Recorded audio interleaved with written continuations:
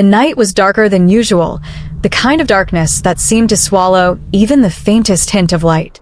I still remember when we first saw the farmhouse, sitting alone in the middle of an abandoned field, miles away from the nearest town. Its windows were shattered, its walls cracked, and the roof slanted as if the weight of time itself was crushing it. For most people, it would have been just another forgotten ruin. But for us, it became a nightmare that we could never escape. We were a group of 4, my brother Daniel, my best friend Claire, her boyfriend Mark, and me. We had been driving cross-country when the car broke down near that old road. With no cell signal and no houses in sight, the only shelter we could see was the farmhouse looming at the top of the hill. Daniel said it looked like something out of a horror movie, but Claire laughed and called us cowards. She convinced us that it was better to spend the night inside than freezing in the car. Reluctantly, we followed her lead. The door creaked open with a push, revealing the dusty interior. The air smelled of mold and rotting wood. Cobwebs hung from the corners, and the floor groaned beneath our weight. At first, it felt like just another abandoned house, quiet, lifeless. But then we noticed the photographs on the walls. They were old, black and white pictures of a family, a mother, father, and 2 children. In each frame, their expressions were frozen, eyes staring directly into the camera, almost too lifelike. I felt as if their gaze followed me as I moved through the hall. We set up in what used to be the living room. Mark lit a lantern he carried, and the flickering glow cast distorted shadows across the peeling wallpaper. Daniel found an old rocking chair in the corner, and half-jokingly sat in it, saying he'd keep watch like the guardian of the farmhouse. His laugh echoed too loudly in that silence. That's when we first heard it, the sound of footsteps upstairs. At first, we thought it was an animal, rats maybe, or a raccoon. But the footsteps were slow, deliberate, heavy, like someone pacing back and forth. Mark grabbed a broken broom handle and insisted we check it out together. Against my better judgment, we climbed the staircase. Each step groaned louder than the last, as if the house itself was warning us to turn back.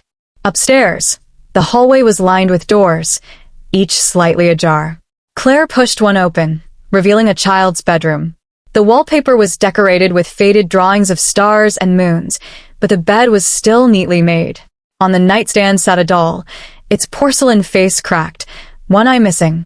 Claire picked it up, joking that it would be her souvenir, but I snatched it away and set it back down.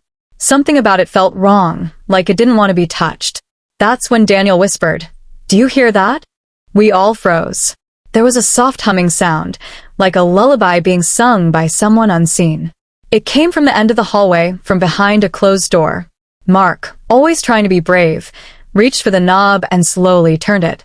The door opened with a groan, revealing a room covered in dust.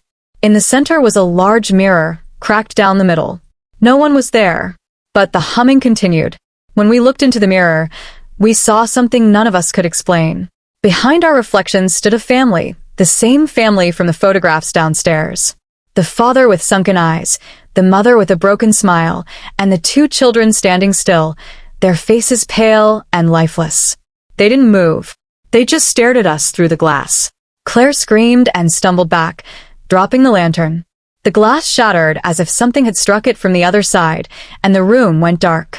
We ran downstairs, our breaths ragged and hearts pounding. Daniel swore he felt a cold hand on his shoulder as we fled. In the living room, the rocking chair was moving on its own. Back and forth. Back and forth.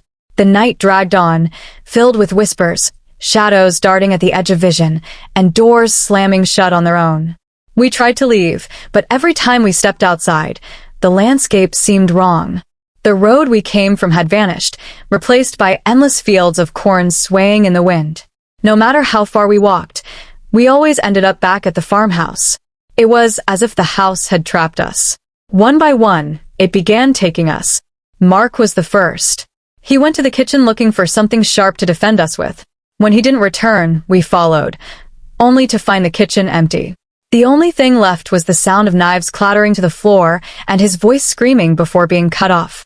Claire was next. She was clutching my hand when something pulled her into the darkness of the hallway. I tried to hold on, but her grip slipped away. The last thing I heard was her desperate cry of my name before silence swallowed her. It was just me and Daniel now. We hid in one of the bedrooms, barricading the door with furniture. But the whispers grew louder, circling us, seeping into our minds. Daniel began to change.